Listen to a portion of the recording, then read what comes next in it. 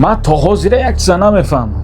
در ویدیوتون در ریلیساتون جوان‌ها را دعوت میکنید که با این کار نرین، با اون کار نرین، شما آینده این، آینده اوین، نیکی در استوریساتون خودتون قیمه را رکلام میکنید که بدروی فلان کماندا بازی داره استفاده کنید.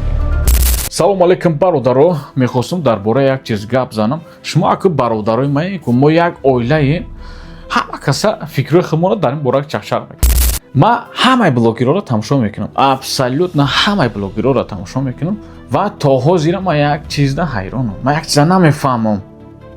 برای چی که در ریلیساشون در پوبلیکاسیونشون دعوت میکنن جوانو را که با این کار دست نزنین، با این کار دست نزنین، شما آینده فلان بیسمدون نصیحت میکنن، دعوت میکنن، ولی در استوریساشون قیمه را رکلام میکنن. امروز فلان کماندا بازی داره بدون استفاده کنید. آیا طرف میگه با این کار دست نزنین، آیا طرف میگه با دعوت میکنه که بدون امروز فلانی کماندا بازی داره بدون استفاده کنه.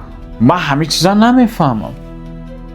شما فکرتون رو بنویسید در کامنتار. شما چی فکر دارید در همین؟ من تا حاضر حیرانم.